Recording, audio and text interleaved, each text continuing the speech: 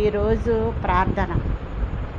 యెహోవా కెరూబుల మీద నివసించుచున్న ఇశ్రాయేలు దేవా, భూమి ఆకాశములను కలుగజేసిన అద్వితీయ దేవా, నీవు సకల లోక రాజ్యములకు దేవుడవై ఉన్నావు తండ్రి. ఈ స్థలమందు చేయబడు ప్రార్థన మీద మీ కనుదృష్టి ఉంచండి, మీ చెవులు ఆలకించండి. ప్రార్థనకు తగిన ప్రతిఫలాన్ని మీరు మాకు అనుగ్రహించండి.